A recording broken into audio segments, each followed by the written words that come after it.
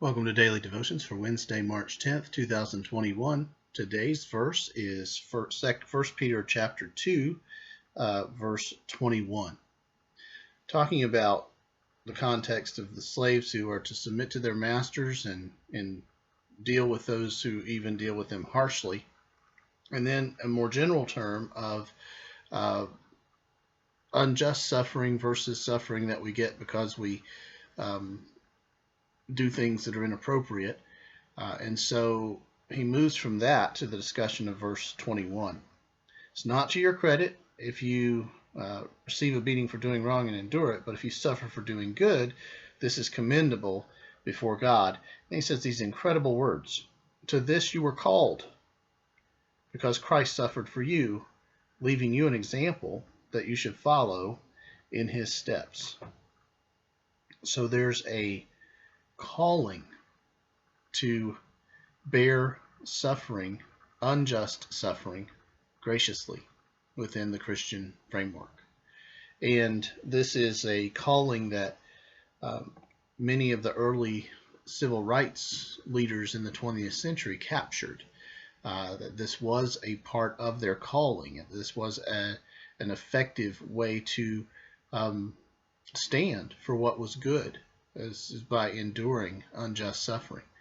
And over time, there became elements of the civil rights movement that became impatient with that approach and advocated violence. But the more effective approach in the near term, and I believe in the long term as well, within that movement was this biblical principle that there's a calling in bearing unjust suffering. And here, this is the calling of believers. Why?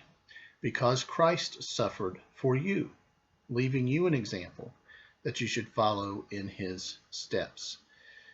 Leaving you an example, the example of suffering. Christ suffered for you. He suffered in your place. He suffered for you. He suffered for you not to free you from all suffering in this particular world, but to give you an example to follow, that you should bear suffering with grace. This is a very countercultural message in our world today.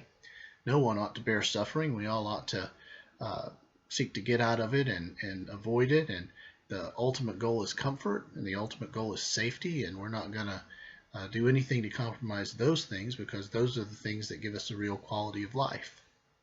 But time after time, experience and life shows us that just living for ourselves, living for our comfort, living for our pleasure, living to be safe is not really living at all in the end.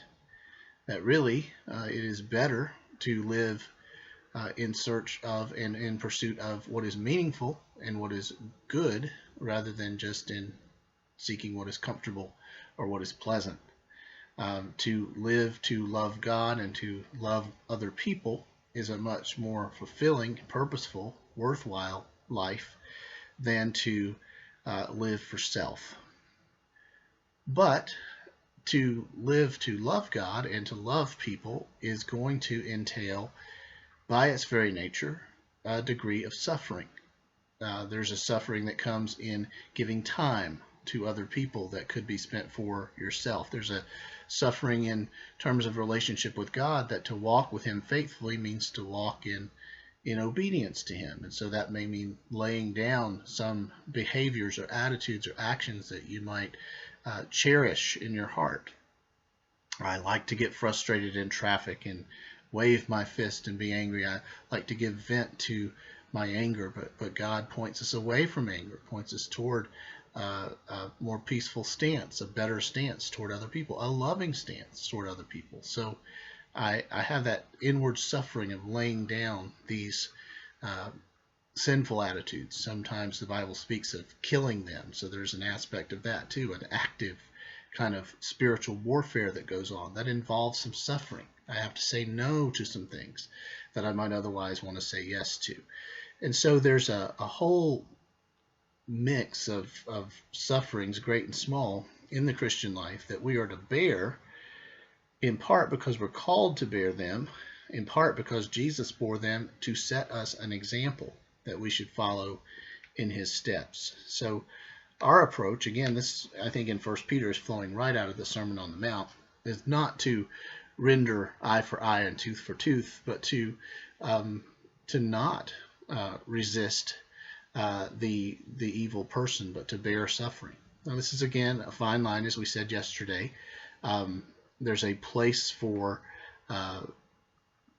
love being calling another person to account for their actions, and so there's a time where one should approach authorities or get help if there's an active situation of abuse or something like this.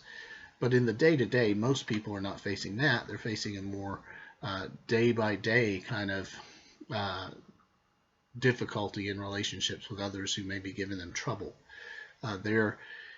In that case, I think we do follow the example of Jesus, who left us this example of suffering that we should follow in his steps. Some people don't believe in following Jesus' example in the sense that, it's not something we should talk about. It kind of takes away from the gospel. You want to preach salvation by grace alone, through faith alone. So don't talk about following Jesus' example, because that sounds like legalism, or it sounds like earning your way with God. But obviously, it's such a good point to make here. We do follow Jesus' example because right here the Bible tells us to. Of course, we never follow Jesus' example as an attempt to be saved. We're saved by grace through faith, but that grace that saves us changes us, and it causes us to walk in the ways of God.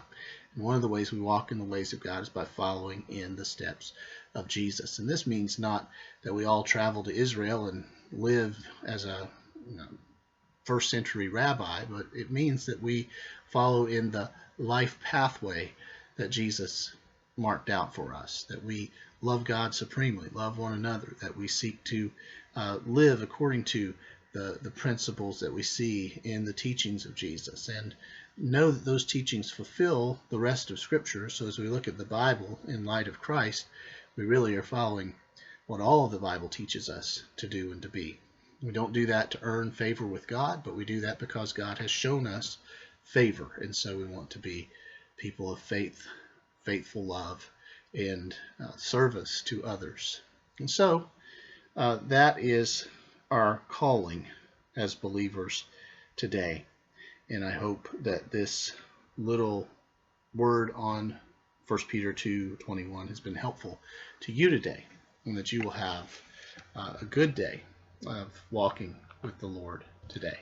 Thanks for watching.